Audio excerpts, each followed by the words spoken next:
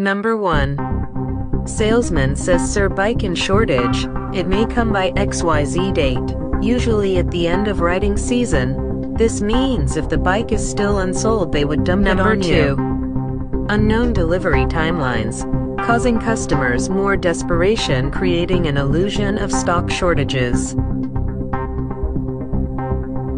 Number 3.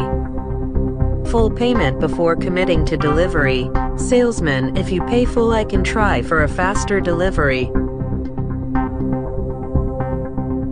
Number 4. Insurance commissions, accessories commissions, riding accessories like helmet, commissions from the loans taken.